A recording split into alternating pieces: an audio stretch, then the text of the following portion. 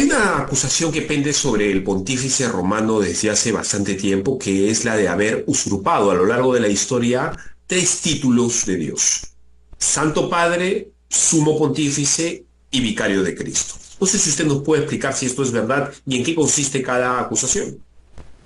Bueno, vamos a ver, esto es peor todavía de lo que puede parecer a primera vista. En la Biblia se habla claramente de un hombre de pecado que se coloca en lugar de Dios y que ya existía en la época de Pablo en el siglo I.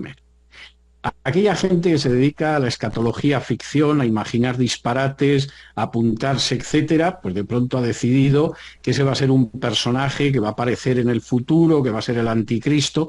Todo eso son pavadas. Y no se ha creído hasta hace 4 días que hubo gente que lo identificó así, por varias razones. Primero, porque ya existía en la época de Pablo. Pablo dice que ya en ese momento estaba en acción. Si estaba en acción en el siglo I, no puede ser un personaje que va a aparecer en el siglo XXI, salvo que lo hayan tenido en congelador durante más de 2 milenios para descongelarlo en el futuro. Estamos hablando de algo así. Pablo señala que hay un momento en que además lo que lo retiene se va a quitar y se va a manifestar. ¿Quién es esa institución? Porque no puede ser una persona física. Estamos hablando de una institución. Antes de la reforma del siglo XVI, todos los reformadores que fueron a la Biblia, y estoy hablando de Pedro Baldo, estoy hablando de John Wycliffe, estoy hablando de Jan Hus, estoy hablando de Pedro Chelchiki, etcétera, se dieron cuenta de que era el papado. Ese principio de sustituir a Cristo, lo que se podría llamar anticristo, el que se coloca en lugar de Cristo, ya existía en el siglo I. Pablo, por ejemplo, lo advierte cuando se despide de los ancianos de Éfeso en Hechos 20 y les dice cómo además inmediatamente van a empezar a salir ese tipo de gente que van a extraviar al pueblo. Y en el momento en el que desaparece el Imperio Romano, ese obispo de Roma inmediatamente no tiene control y va acumulando un poder que en buena medida era del antiguo Imperio Romano. ¿Qué pasa entonces? Sustituye a Cristo, no solamente por el título de Santo Padre, que esto es evidente, o como el de Vicario de Cristo, que en última instancia le correspondería al Espíritu, sino porque va sustituyendo a Cristo en todo. Por ejemplo, en la carta a los Hebreos es obvio que solo hay un sumo sacerdote, un sumo pontífice, que es Cristo. Pero si tú le preguntas a un católico por la calle quién es el sumo pontífice, te dice que es el Papa. Esto es absolutamente evidente.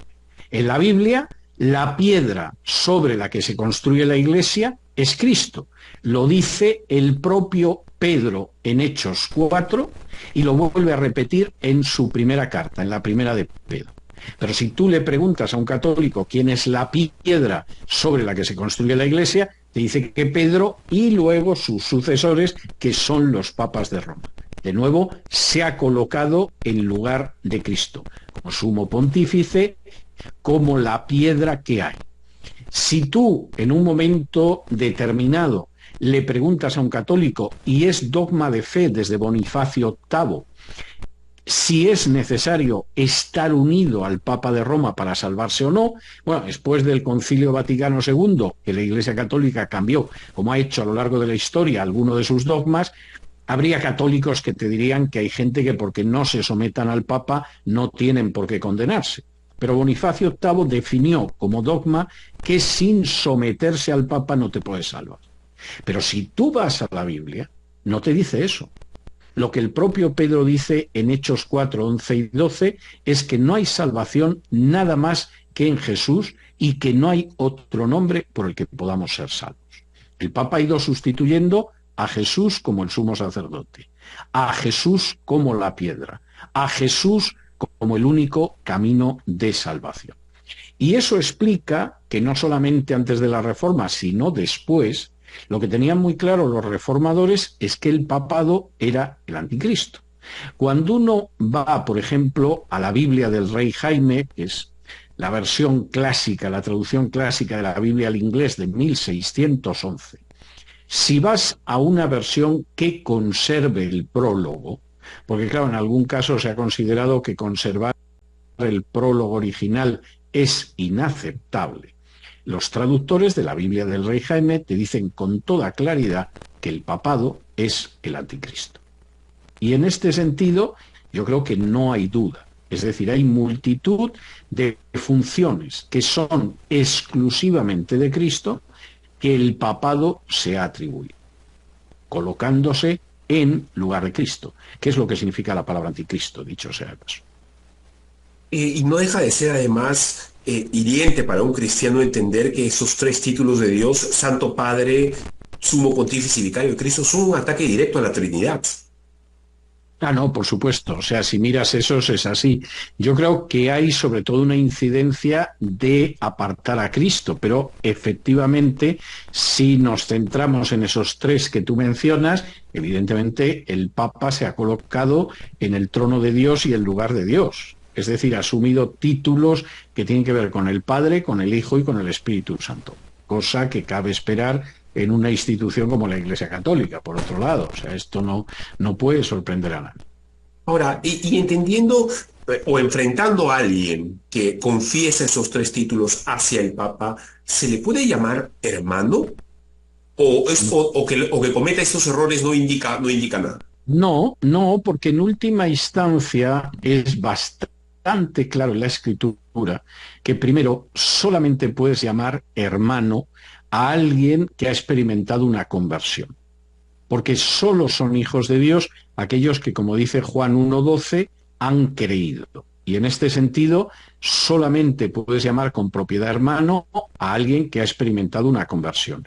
Una persona que no ha experimentado una conversión, pues lo han podido bautizar de niño, que es algo contrario a las Escrituras, ha podido hacer la primera comunión, que es algo también contrario a lo que aparece en las Escrituras, puede haber seguido distintos ritos, etcétera, pero no existe una fraternidad espiritual.